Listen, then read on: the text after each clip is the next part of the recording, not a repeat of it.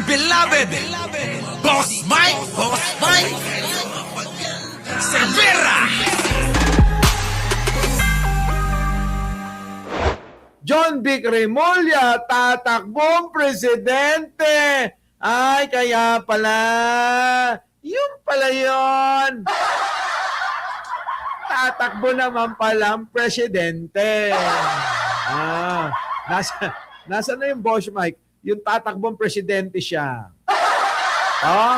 Well, Senator Loren Legardo Umano ang Hindi yan. naglakad ng prangkisa. na anak ko, bukas na natin talaga yan. Mahaba-haba yan. Ipa ba, Boss Mike? Yung iba. Ha? Marami yan eh. Mga kababayan ko. Tignan nyo kung gaano mga katangatong mga DDS.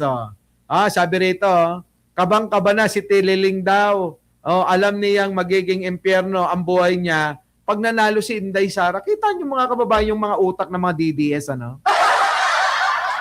Sino ba may sabi niyan? Ay kaya naman pala eh. Isang malaki ang katawan, walang utak. Mga kababayan, pangangatwiran ba ito ng may isip? Na ganyan kabang-kaba na si Tililing, alam niya na magiging impyerno ang buhay niya pag nanalo si Inday. Mga kababayan, ganyan ba ang gusto nyong pananaw ng isang leader ng bansa? Yung mapaghiganti? Ganyan ba, mga kababayan ko? Alam niyo mga kababayan, kung ganito lang ang utak ng mga tao nakakampi ni Sara Duterte ninyo, hindi nakakapagtaka na ang mangyayari sa bansang ito ay abay wala na hong katahimikan, baka mag-civil war na. Maniwala kayo mga kababayan ko kung ganyang klase tingnan nyo yung mga alagad, ganyan mag-isip, walang pagmamahal kung hindi ang iniisip yung makakasama lang sa kapwa. Hindi po nila iniisip ang pagpapatawad, hindi po nila iniisip ang pagkakaisa, kundi lalong pagkakawatak-watak. Kita nyo, mga kababayan? Tama mali! Bahala ka, galit na ako sa'yo, OG.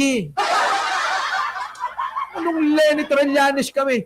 Ay nako, ibabash ko na siya ngayon.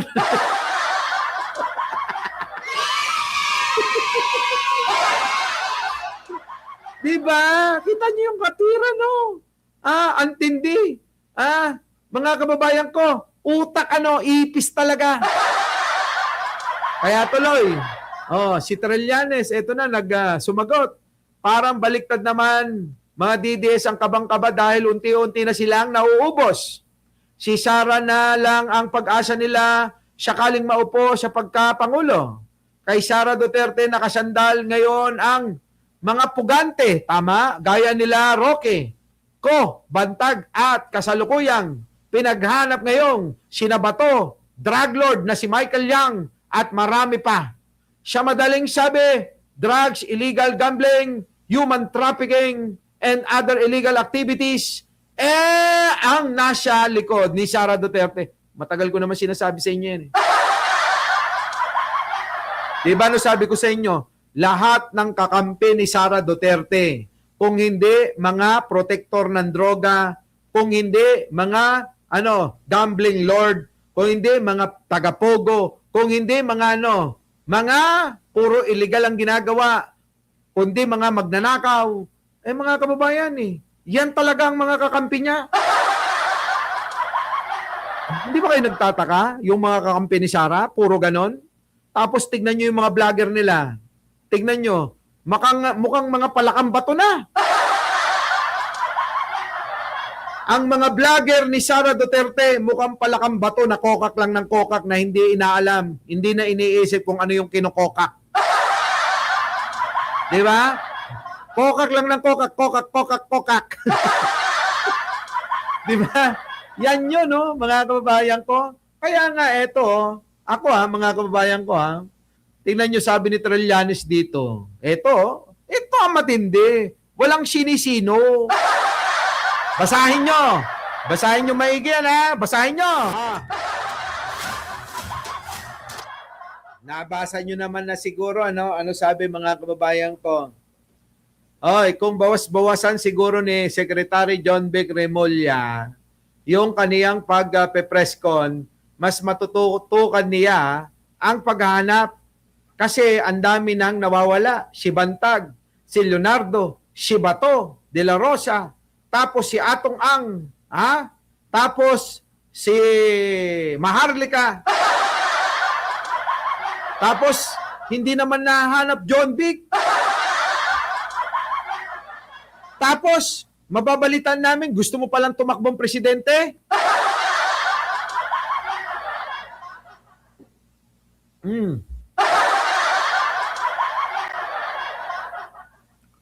Kung ako sa'yo, hulihin mo muna yung mga yan. Ang dami mong dapat asikasuhin. Inuuna mo yung politika mo. Pabida ka ng pabida. Walang natutuwa sa'yo, ha? Walang natutuwa sa'yo. Maniwala ka. Baka akala mo natutuwa kami sa'yo. Ewan ko sa'yo.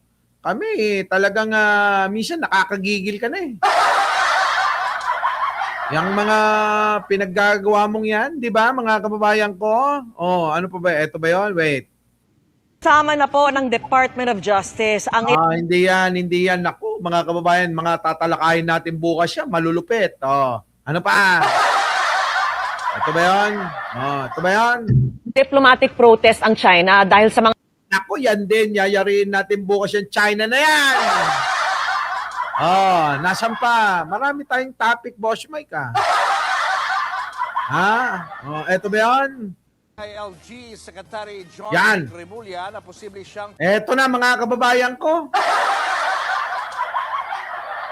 Pakinggan nyo maigi to, ha? Pakinggan nyo maigi. Eto na. Oh. inamin ni DILG Secretary John Vic Remulla na Na? posible siyang tumakbong presidente sa 2028. No, alam nyo ba si paring Julius, laging nanonood sa akin yan? Oh! Mga tuloy. Ryan, meron nga raw nag-alok na pondohan ang kanyang kandidatura. So ngayon, mga kababayan ko, gusto mo palang tumakbo? Oo, ni John Vic, mga kababayan ko. Ayan o, gusto palang tumakbo netong maging presidente. Tapos mga kababayan, ngaw-ngaw lang ng ngaw-ngaw, wala namang natatapos na trabaho. John Vic, ang daming ngayong naa-ambush. Alam mo ba yon? Ang daming naa-ambush ngayon. Tulad dyan sa may Mindanao. Buti na lang, bulletproof yung sasakyan. Mga kababayan ano ba tawag doon sa baril na yun? Na pasabog na yon? Ang laki, mga kababayan, talagang sinapol yung sasakyan eh. Di ba? Oh. O ngayon, wala kang magawa. Pagsabihan mo yung mga mayor, yung mga hepe ng mga bawat lalawigan na, naku. Oh, di ba? Hindi shotgun. Oh, RPG yon, RPG rocket. Kala ko nga RPG rocket yun, mga kababayan ko. Talagang kung nasa loob ka nun, ewan ko ba. Oh, iba pa yung basuka. Hindi ngayon, mga kababayan ko, eto si John Vic. Puro na lang pakyut ng pakyut eh. Kaya pala laging papreskon. John Vic, tigil mo yan nabibwisit na kami sa'yo. Baka tirahin ka na nila takero. Sabi tuloy dito, si Sara daw mananalo, hindi ikaw. Sabi ni OG. Eto na. Oy, Arnold Lopez, yung kakamping mo, nandiyan si OGDD, ha? Inamin ni DILG Secretary John Vic Remulla na posible Na? siyang tumakbong presidente sa 2028. Posible daw na tumakbong presidente si John Vic, mga kababayan. Boboto nyo ba? Mga kababayan, kapag tumakbo talaga si Ping Lacson, mga kababayan, ultimate brief ko, ibebenta ko para sa kanya. Mga kababayan, ultimo brief ko, ibebenta ko na. Gusto ko talaga si Ping Lacson noon pa eh. Sa totoo lang Ping Lacson talaga ako eh. Oh, kung hindi tumakbo si Pangulong Bongbong, loyalista ako. Di ba? Kaya lang, mga kababayan ko, ayaw na ni Ping. Oo, ayaw na. Matanda na rin si Ping eh.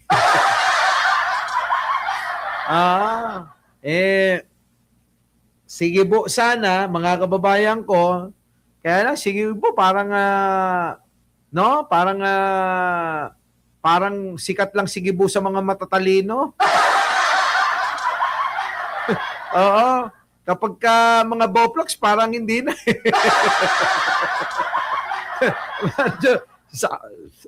Sama na nga, pati pato.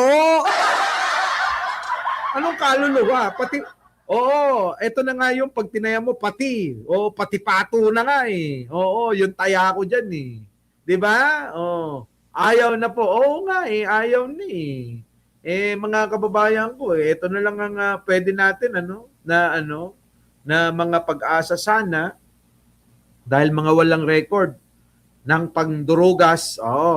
Mga kababayan ko, yung mga nagnanais, kita nyo naman na mga gustong tumakbo, Sara Duterte, grabe mga kababayan, ha? Siksik liglig ang pandurugas nun eh.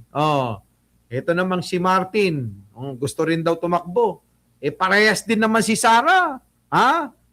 Mandarugas din eh. Sino pa? Ang gustong tumakbo? Ito daw, si John Vic. Wala pang napapatunayan si John Vic. Wala pa. Di ba? Baka mas pipiliin ko ng maging Lenny. Kung tatakbo si Lenny tsaka si Sara, bahala na kayo. Basta ako kay Lenny ako. Di ba? Di ba?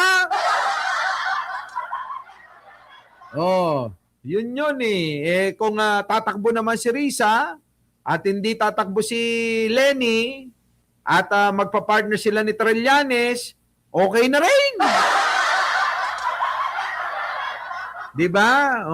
Yun eh. Sabi, hindi ako boboto. Sino? Anong gagawin natin kahit hindi tayo bumoto, may mananalo. Di ba? Ngayon, ang gawin natin talaga, may bubulong ako sa iyo, wag niyo ipagsasabi ha. Pwede. Wag niyo ipagsasabi ha, may ibubulong ako ha.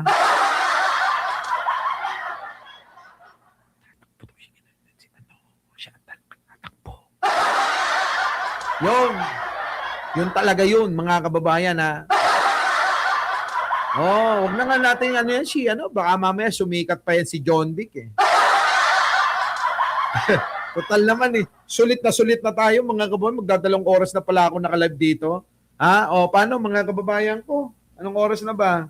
Naku, mag-alas 12 na, wala pa akong tulog. Sa totoo lang, wala pa akong tulog. Galing po ako sa basta.